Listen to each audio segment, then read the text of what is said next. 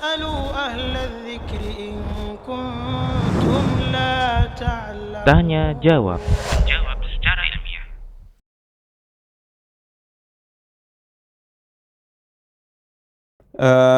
Wallahu ta'ala alam. Permasalahan-permasalahan yang terjadi dalam kehidupan dunia, artinya sesuatu yang kita inginkan, sesuatu yang kita harapkan, kemudian tiba-tiba apa yang kita inginkan dan kita harapkan tersebut terjadi tidak sebagaimana yang kita inginkan. Ini maklum dalam kehidupan. Karena kita adalah hamba yang diatur oleh Zat yang Maha Pengatur Subhanahu wa taala. Ya. Jadi kadangkala kita ingin sesuatu, tapi kehendak Allah lain. Kita tidak ingin sesuatu, kehendak Allah lain. Dalam kehidupan akan seperti ini. Ya. Ingatlah mungkin dulu kita punya cita-cita di saat kita mungkin masih kecil. Tatkala kita duduk di bangku SMP misalnya. Atau kita duduk di bangku SMA misalnya. Ya. Mungkin ada satu cita-cita yang ingin kita kejar. Tapi akhirnya Allah SWT palingkan kita dari cita-cita itu, dan Allah berikan kepada kita sesuatu yang tidak kita harapkan sebelumnya. Maklum. Ya. Kalau pepatah Arab mengatakan, tajrir riyahu bima la tashtahihi sufunu. Kadangkala angin itu akan berhembus ke arah yang tidak diinginkan oleh bahtera. Dahulu orang berlayar dengan menggunakan bahasanya layar, ya, tidak dengan mesin dahulu. Artinya tatkala mereka hendak bergerak ke barat, maka mereka menunggu hembusan angin ke barat. Hendak bergerak ke timur, maka mereka menunggu hembusan angin ke timur. Namun tatkala semua usaha telah kita perhitungkan, kemudian kita mulai berlayar menuju barat, dan hari itu adalah hari menurut perhitungan kita angin memang akan berhembus ke arah barat. Tapi qaddar Allah, Allah yang maha kuasa, Allah yang maha mengatur segalanya, kiranya Allah mengatur angin tadi berhembusnya ke timur, tidak sesuai yang kita inginkan, sehingga mungkin kita akan tersesat di tengah lautan. Jadi ini hal yang maklum dalam kehidupan. Makanya ada satu ungkapan yang dikatakan oleh seseorang bahwa aku hidup ini hanya untuk menerima pilihan Allah kepadaku. Maksimal kita berusaha, maksimal kita berjuang, setinggi-tingginya kita bercita-cita dalam kehidupan dunia, kemudian kita berusaha untuk meraih cita-cita, tapi penentunya adalah Sang Pencipta Allah Subhanahu wa taala. Dan yakinlah apa yang ditakdirkan Allah kepada kita, itulah yang terbaik.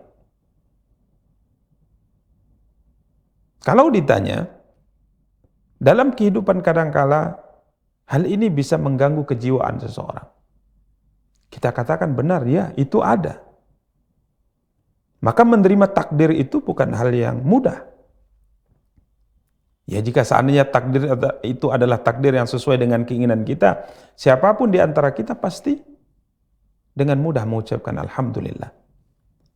Namun jika seandainya takdir yang ditentukan oleh Allah tidak sesuai dengan yang kita inginkan, maka pasti kita semua akan berat menerimanya, sehingga kita mengatakan alhamdulillah ala kulli hal. Segala puji bagi Allah atas semua keadaan. Bahkan mungkin kita akan menangis. Kita akan mengatakan innalillah wa inna ilaihi raji'un. Maka kita katakan bahwa menghadapi takdir yang tidak sesuai dengan keinginan kita, ya katakan berat. Itu bisa mengganggu tidur kita, mengganggu istirahat kita, lebih parahnya mengganggu kejiwaan kita. Itu bisa terjadi. Dan saya di sini berbicara tentunya terkait dengan penyakit yang penyembuhannya dengan agama. Ya. Makanya sangat penting seorang anak itu diajarkan masalah takdir kepadanya. Seorang anak diajarkan masalah takdir kepadanya. Dipahamkan tentunya sesuai dengan kemampuan ia untuk berpikir tentang keimanan kepada takdir. Sehingga tatkala dia tumbuh besar dewasa, dia bisa memahami bahwa penentu segalanya adalah Zat yang Maha Tinggi. Lihatlah pesan Nabi SAW kepada Abdullah bin Abbas radhiyallahu ta'ala, kala itu beliau masih sangat kecil. Ya. Apa pesan Nabi SAW kepada Abdullah bin Abbas? Saat itu masih umur SD, dalam masa umur jenjang pendidikan di masa sekarang. Apa kata Rasulullah SAW kepadanya? Ya gulam, wahai anak. Karena memang beliau masih kecil. Tapi coba bagaimana Nabi SAW menanamkan kepadanya keimanan dengan takdir ini. Sehingga ini yang akan menjadi acuan dalam hidupnya. Sedangkan kita kadang-kala mendidik anak-anak kita hanya sekedar agar dia bisa mencapai cita-citanya. Bagaimana caranya? Kita lupa bahwa yang menentukan itu semua adalah, kita lupa dengan pendidikan bahwa yang menentukan itu semua adalah Allah Subhanahu wa taala. Sehingga terbentuklah satu jiwa dari generasi kita yang harus mendapatkan apa yang sudah dia cita-citakan. Kalau tidak, gagal. Bukankah itu kebiasaan yang kita bina keturunan kita dengan itu? Kalau dia tidak mendapatkan sesuatu yang kita sendiri mengharapkan, kemudian kita marah kepadanya, bahkan mungkin kita hukum dia, sehingga terbentuk di pikirannya apa yang dia inginkan harus dapat. Sehingga kalau tidak dapat, ini menjadi tekanan tersendiri pada jiwanya, sehingga rusak. Maka coba lihat pesan Nabi SAW kepada Abdullah bin Abbas yang kala itu masih kecil. Apa kata Nabi SAW?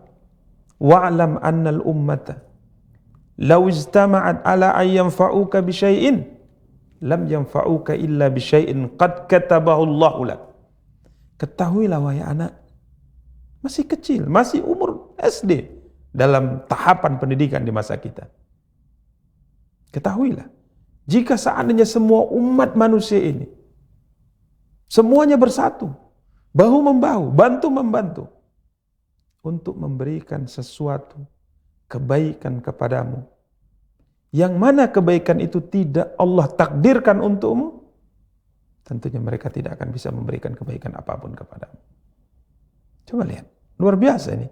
Pendidikan sangat luar biasa. Ditekankan Nabi kepada anak seumur itu, kepada Abdullah bin Abbas. Sebaliknya, law istama'u ala an yadurruka bi syai'in lam yadurruka illa bi syai'in qad katabahu Allahu 'alaik. Sebaliknya, tatkala semua manusia membantu bahu-membahu untuk menimpakan satu bahaya kepadamu dan sesuatu itu tidak Allah takdirkan akan menimpamu, mereka tidak akan bisa membahayakan. Rufi'atil aqlam wa jaffatis suhuf. Pena telah diangkat, lembaran sudah kering. Ini pendidikan sangat luar biasa. Sehingga seorang anak akan tumbuh besar dewasa jika seandainya dia mendapatkan sesuatu yang dia cita-citakan, dia tidak angkuh. Dia tidak pongah. Dia tidak membusungkan dadanya. Dia tidak menepuk dadanya, ini saya orang hebat. Tidak, tapi dia mengatakan, Alhamdulillah, segala puji bagi Allah yang telah memberikan kemudahan kepada aku untuk menggapai cita-citaku. Dan dengan pendidikan ini akan lahirlah seorang anak.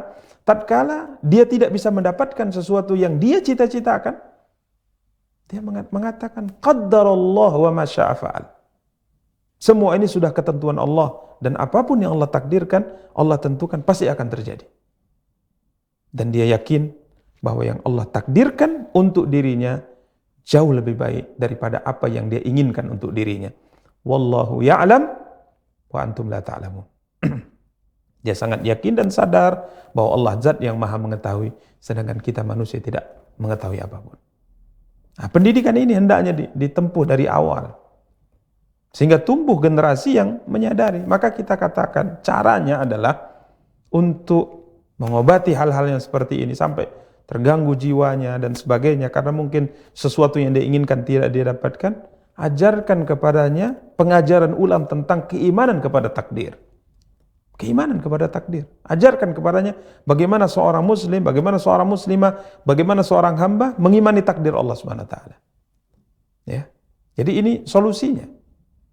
Yang tentunya kita jawab sesuai dengan pengetahuan yang kita ketahui sedikit dari sisi agama. Adapun dari sisi kejiwaan, dari sisi bimbingan kejiwaan, ya tentunya silahkan konsultasi kepada ahlinya. Adapun kalau kita melihat dari sisi agama, maka ini masalahnya dalam keimanan kepada takdir. Maka beri kepadanya pengajaran ulang tentang keimanan kepada takdir. Dan khususnya kepada generasi-generasi kita, coba ditekankan keimanan kepada takdir lebih kuat lagi. Sehingga saya katakan tadi, kalau cita-citanya tercapai, dia tidak angkuh, dia tidak pongah. Karena Allah yang memberikan kemudahan kepadanya. Kalau Allah tidak memberikan kemudahan, dia tidak akan bisa mendapatkan cita-citanya. Sebaliknya kalau Allah takdirkan yang lainnya, Allah tidak takdirkan apa yang dia inginkan, dia tetap mengatakan qadarallah ma syaa fa'al. Ini sudah ketentuan Allah. Pasti Allah menentukan yang terbaik untuk diriku. Wallahu ta'ala alam. Nah,